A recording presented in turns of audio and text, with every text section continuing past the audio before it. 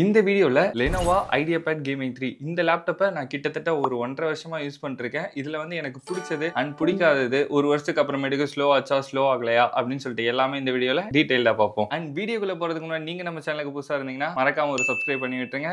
Okay, நம்ம வீடியோக்குள்ள போலாம். நான் யூஸ் பண்ற மாடல் வந்து பாத்தீங்கன்னா 15AR-H7. இதுல ப்ராசஸர்னு பார்க்கும்போது Ryzen 6600H இருக்கு அண்ட் கிராஃபிக்ஸ் கார்டுன்னு பார்க்கும்போது RTX 3050 வந்து இருக்கு. ஃபர்ஸ்ட் வந்து பாத்தீங்கன்னா இதோட டியூரபிலிட்டி. இது வந்து பாத்தீங்கன்னா ஒரு மிலிட்டரி கிரேட் லேப்டாப்னு சொன்னாங்க. கீழே விழுந்தா அவ்வளவு சீக்கிரம் உடையாது அப்படின்னு சொன்னாங்க. பஸ்ல போகும்போது ஸ்டெப்ல இருந்து என் பேக் பிஞ்சு பேக்கோட இந்த லேப்டாப் வந்து கீழே விழுந்துச்சு. கீழே விழுந்ததால இந்த லேப்டாப்க்கு என்ன ஆச்சு, இந்த கார்னர்ல வந்து பேனல் வந்து பொளந்துருச்சு. டிஸ்பிளே வந்து போகல. அது வரைக்கும் எனக்கு வந்து ஒர்க் ஆகுது, எந்த ஃபால்ட்டும் வந்து வரல. அது வரை ஓகே, பட் ஆனா டிஸ்பிளே வந்து பொளந்துருச்சு. இப்போ வந்து பாத்தீங்கன்னா என்னோட ஃபேவரட் கேம் ஒன்று தான் விளையாண்டு இருக்கேன். கிட்டத்தட்ட ஒரு 4-5 கேம் வந்து இந்த லேப்டாப்ல நான் கம்ப்ளீட் பண்ணியிருக்கேன். இந்த லேப்டாப் வந்து கேமிங்க்கு செட் ஆகுமா அப்படின்னு கேட்டீங்கன்னா, சில கேம் ஹீட் ஆகுறது, லேக் ஆகுறது எல்லாமே வந்து இருக்கும். இப்போ வந்து ப்ளே பண்ணிட்டே இருந்தேன்னா, இப்போ வந்து பின்னாடி உங்களுக்கு மைக் வந்து வைக்கிறேன், செக் பண்ணி பாருங்க.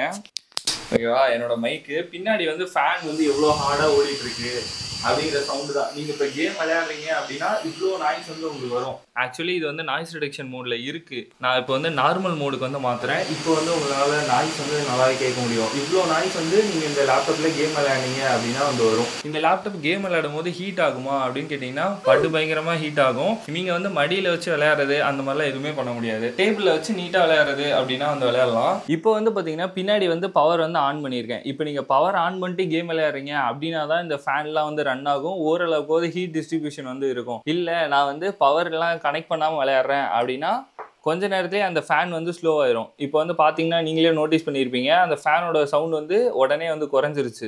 இப்போ நீங்கள் கேம் விளையாடுங்க அப்படின்னா முன்ன இருந்த பர்ஃபார்மன்ஸ்க்கும் இப்போ இருக்கிறதுக்கும் ரொம்பவே டிஃப்ரென்ஸ் வந்து இருக்கும். அதனால் நீங்கள் கேம் விளையாடுறீங்க அப்படின்னா மோஸ்ட்லி வந்து பவர் கேபிள் வந்து கனெக்ட் பண்ணிட்டு விளையாடுங்க. இது வந்து மோஸ்ட்லி உங்களுக்கே தெரியும். நெக்ஸ்ட் இதோட பேட்டரி லைஃப். கேமிங் லேப்டாப்பில் பேட்டரி லைஃப் வந்து நல்லா இருக்காதுன்னு சொல்லுவாங்க. பட் இதில் வந்து பேட்டரி லைஃப் எனக்கு வந்து ஆவரேஜாக நல்லாவே இருந்துச்சு. இப்போ நீங்கள் வந்து வைஃபை நெட் எதுவுமே கனெக்ட் பண்ணல அப்படின்னா நீங்கள் வந்து 3 to 4 hours வந்து யூஸ் பண்ணலாம். நான் கிட்டத்தட்ட 2 படமே கூட இதில் வந்து பார்த்திருக்கேன். அந்த அளவுக்கு எனக்கு வந்து சார்ஜ் வந்து நிற்கும். நெக்ஸ்ட் வந்து இதோட ஸ்பீக்கர்ஸ்னு பார்க்கும்போது அந்த அளவுக்கு லவுடா இல்ல அப்படின்னு தான் நிறைய பேர் வந்து சொல்றாங்க. எனக்கும் வந்து மோஸ்ட்லி லவுடா இல்ல. பட் வந்து அது எனக்கு அவ்வளவு பெரிய பிரச்சனை இல்லை. ஏன்னா நான் எடிட் பண்ணும்போதெல்லாம் மோஸ்ட்லி வந்து ஹெட்ஃபோன் வந்து யூஸ் பண்ணியிருப்பேன். ஸோ எனக்கு வந்து அது ஒரு பிரச்சனையா இல்லை. இன்கேஸ் உங்களுக்கு ஒரு பிரச்சனையா கூட இருக்கலாம். அதையும் வந்து நீங்க கன்சிடர் பண்ணி பார்த்துக்கோங்க. இந்த லேப்டாப்பை நான் மேக்ஸிமம் எதுக்காக யூஸ் பண்ணுவேன்னா DaVinci Resolve எடிட்டிங்காக தான் யூஸ் பண்ணுவேன். எடிட்டிங் அப்போ எனக்கு வர ஒரே ஒரு பிரச்சனை வந்து பாத்தீங்கன்னா இதுல ஸ்டோரேஜ் வந்து 512 தான். நம்ம அப்கிரேட் பண்ணி தான் ஆகணும். ஏன்னா வந்து சில வந்து பாத்தீங்கன்னா ஸ்டோரேஜ் வந்து ஃபுல் ஆயிருச்சு அப்படின்னா DaVinci Resolve வந்து கிராஷ் ஆயிரும். இது வந்து எப்பயுமே நடக்கிற ஒரு இஷ்யூ தான். அதனால நீங்க எப்பயுமே இந்த லேப்டாப் வாங்க போறீங்க, எடிட்டிங்காக யூஸ் பண்ண போறீங்க அப்படின்னா நீங்க வந்து அப்கிரேட் பண்ணி வச்சுக்கோங்க. அது வந்து உங்களுக்கு ஒரு பெட்டர் ஆப்ஷனாவே வந்து இருக்கும். யூஸ்வலா லேப்டாப் எல்லாமே யூஸ் பண்ண வந்து பெர்ஃபார்மன்ஸ் வந்து குறையும், நீங்க வந்து அப்கிரேட் பண்ற மாதிரி இருக்கும் அப்படின்னு வந்து சொன்னாங்க. பட் எனக்கு வந்து 1 இயர் ஆகுது, பெர்ஃபார்மன்ஸ் வந்து டவுன் ஆன மாதிரி எனக்கு வந்து தெரியல. இன்னமும் வாங்கினப்ப எப்படி இருந்துச்சோ அதே மாதிரியே தான் இருக்கு பெர்ஃபார்மன்ஸ். இன்கேஸ் இன்னொரு ஒரு வருஷத்துல பெர்ஃபார்மன்ஸ் வந்து குறைஞ்சிச்சு அப்படின்னா அப்போ நான் ரேம் வந்து அப்கிரேட் பண்ணலாம் அப்படின்னு சொல்லிட்டு நிறுத்தி வச்சிருக்கேன். இந்த லேப்டாப்ல எனக்கு பிடிக்காத விஷயம்லாம் என்னென்னு பார்த்தீங்கன்னா ஃபர்ஸ்ட் வரதே வந்து பார்த்தீங்கன்னா கேமரா குவாலிட்டி தான். மற்றவங்க எல்லாமே மீட் வந்து அட்டன் பண்ணுவாங்க, லேப்டாப் கேமரால தான் அட்டன் பண்ணுவாங்க. அவங்க குவாலிட்டிலாம் ஏதோ பார்க்குற மாதிரி இருக்கும். பட் இதில் வந்து படுமோசமாக இருக்கும். நான் உங்களுக்கு கிளிப் வந்து ஆட் பண்ணுறேன், செக் பண்ணி பாருங்க. ரெண்டாவதாக எனக்கு பிடிக்காத விஷயம் என்ன அப்படின்னு பார்த்தீங்கன்னா ஹீட் ஆகுறது. இப்போ நீங்கள் கேம் விளையாடுறீங்க, ஹீட் ஆகுது, ஃபேன்லாம் ரன் ஆகுது அப்படின்னா அது வந்து ஓகே. பட் சம்டைம்ஸ் வந்து நான் வெப் ப்ரௌஸ் பண்ணும்போது அப்போலாம் கூட ஹீட் ஆகும். நெட் வந்து கனெக்ட் பண்ணி ஏதோ ஒன்று யூஸ் பண்ணுறதுனாலே ஹீட் ஆகும். அதெல்லாம் வந்து யூஸ்வலாக வந்து எனக்கு பிடிக்காது. நார்மலாக நம்ம வந்து ஏதோ ஹார்டாக ஒர்க் பண்ணுறோம் அப்படின்னா ஹீட் ஆனால் ஓகே. பேசிக் ஒர்க்கே வந்து ஹீட் ஆகிறது எனக்கு ஒரு இஷ்யூவா வந்து பட்டுச்சு. நெக்ஸ்ட் வந்து பாத்தீங்கன்னா இது வந்து 3வது இஷ்யூ. இது வந்து ரொம்பவே இம்பார்ட்டன்டான இஷ்யூ. இப்போ வந்து நீங்க நார்மலா லேப்டாப் வந்து ஆன் பண்ணீங்க அப்படின்னா எவ்வளவு நேரம் ஆகும்? ஒரு 5 செகண்ட் இல்ல 10 செகண்ட் ஆகுமா? எனக்கு கிட்டத்தட்ட 1 நிமிஷம் 2 நிமிஷம்லாம் கூட ஆயிருக்கு.